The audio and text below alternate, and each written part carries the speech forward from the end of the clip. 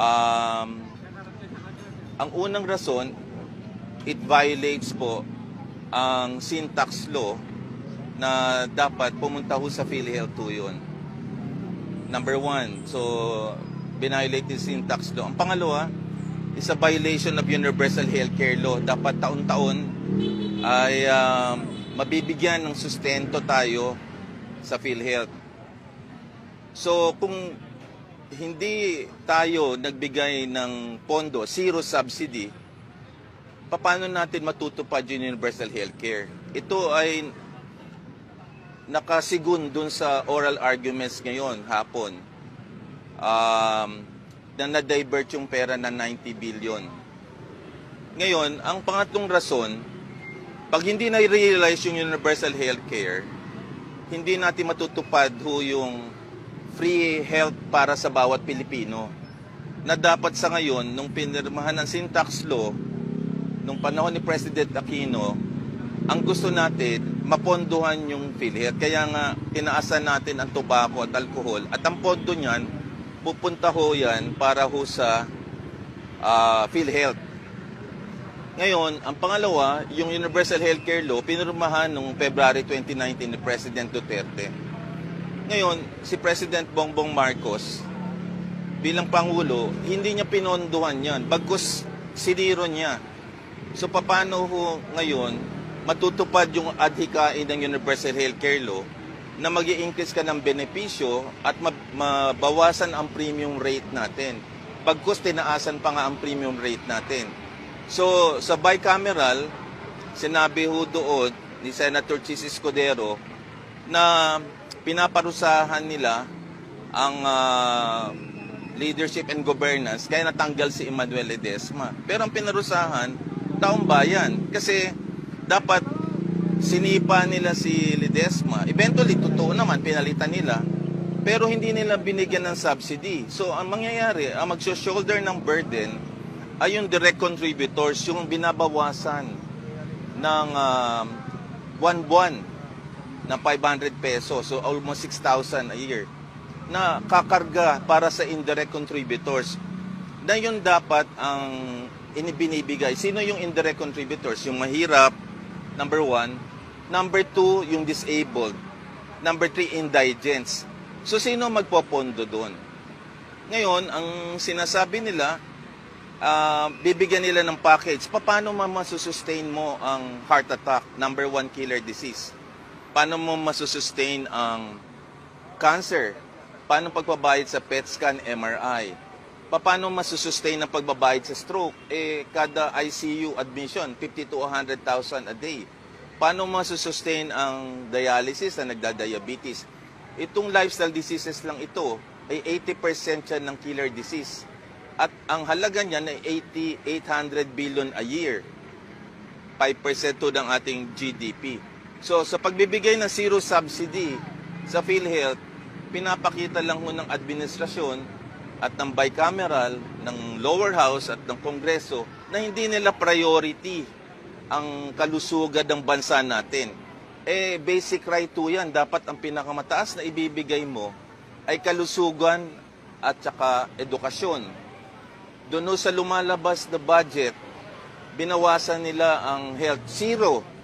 Sa education, binawasan nila ng 15 billion. Sa CHED, binawasan nila ng 30 billion. So, hindi mahalaga ang kalusugan at edukasyon at nalipat to doon sa unstructured, disorganized tupad AKAP na hihingi ka ng guarantee letter pa. Samantalang kung nasa PhilHealth siya, yung perang yan, organisado dapat. Kaya kine-question natin ang constitutionality kasi unconstitutional ang zero subsidy sa PhilHealth. Kasi first time yan in Philippine history na hindi binigyan importansya ng Pangulo ng Pilipinas at ng Senate President at ng lower house ang kalusugan ng bawat Pilipino. Ngayon, as we speak, dyan po ako sa PGA, so nag-aral ng cardiology. Madaling araw pala nakapila. Kung excess talaga ang funds ng PhilHealth, bakit ang dami nakapila dyan? Bakit ang dami mamakaawa pa rin dyan kung sobra ang pera natin. Hindi dapat, kung sobra pera natin, dapat wala tayong babayaran dyan at hindi tayo namamalimos eh. Samantalang, eto, Supreme Court, dyan lang sa kabilang PGH, ang Malacanang wala pang kalahating kilometro, ang Department of Finance, dyan lang sa Rojas Boulevard, wala pang kalahating, bulag ba sila para hindi makita ang Philippine General Hospital na pumipila ang mga tao? Bulag ba sila? Di na nakikita ang ospital ng Maynila. Bulag ba ang Department of Health? Samantalang ang Department of Health Secretary ay dito galing sa PGH. Kung sobra ang pera natin, di dapat wala tayong babayaran pagkus zero subsidy. Kaya unconstitutional yan. So bakit ko nasabi? Nung syntax law, naglabi.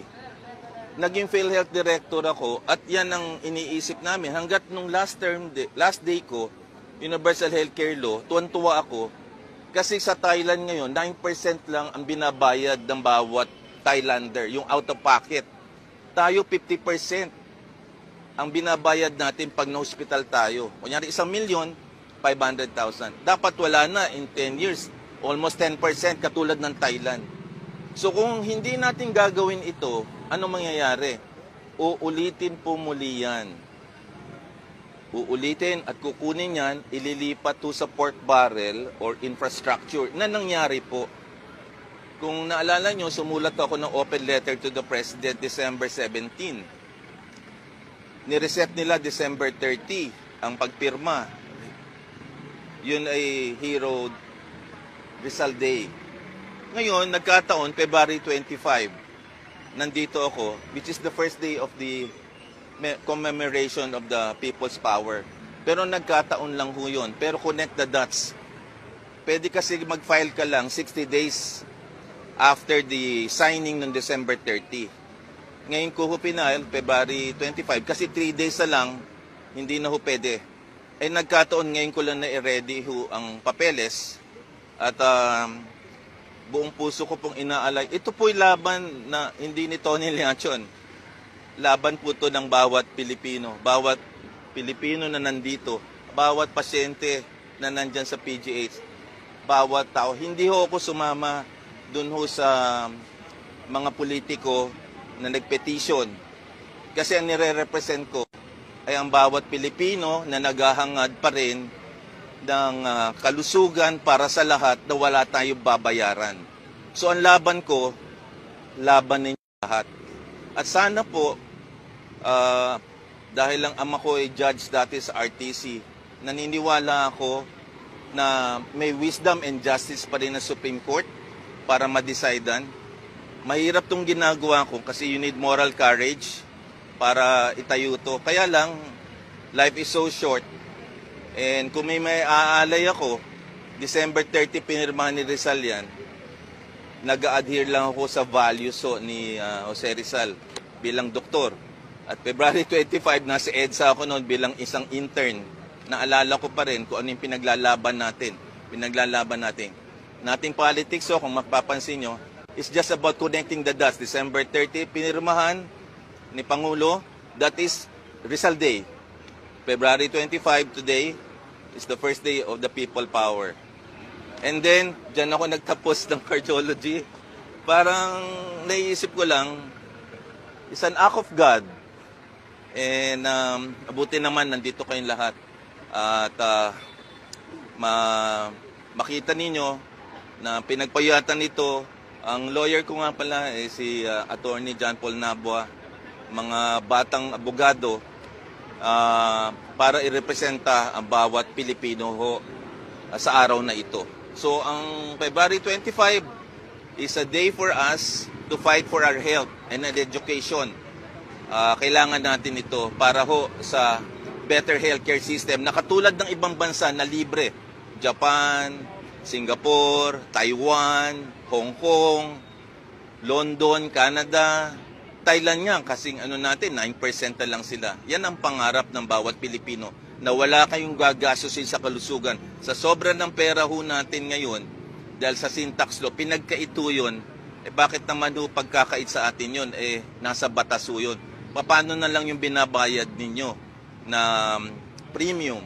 Dapat to, mababa na yan, sa taas ho. na nakukuha natin na pera para ho sa PhilHealth. Ano po ba ang inaasahan natin ngayon sa second oral arguments? Opo, nakikita po natin na magpapatuloy yung question and answer tungkol sa mga inilalatag na petisyon. Yung argument po natin na sinasabi natin na kailangan talagang ibalik yung pera na kinuha sa PhilHealth. At syempre sa side naman po ng gobyerno, kailangan nilang ipaliwanag kung bakit nila ito kinuha. So inaasahan po natin na magpapatuloy yung diskusyon na yun ngayong araw na to. Nung nakarang oral arguments, though hindi natapos yung question niya, interpellation ni Justice Plaza, parang na-discuss yata initially, bankrupt ang PhilHealth. Yes.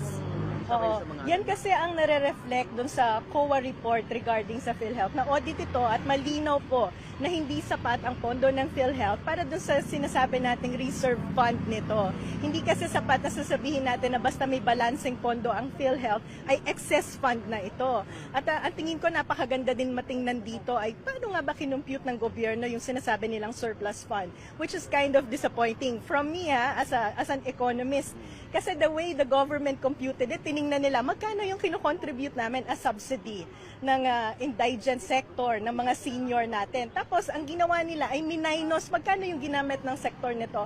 Nakalimutan ata ng economic managers natin ang basic ng insurance system na kung saan kapag nagbayad tayo ng premium, ito ay pooling at hindi mo na yan maaaring bawiin kapag sinama mo na yan bilang kabayaran ng premium. So, maganda po na ma-discuss din to ng Supreme Court dahil napakahalagang usapin yung pagkakaroon ng National Health Insurance.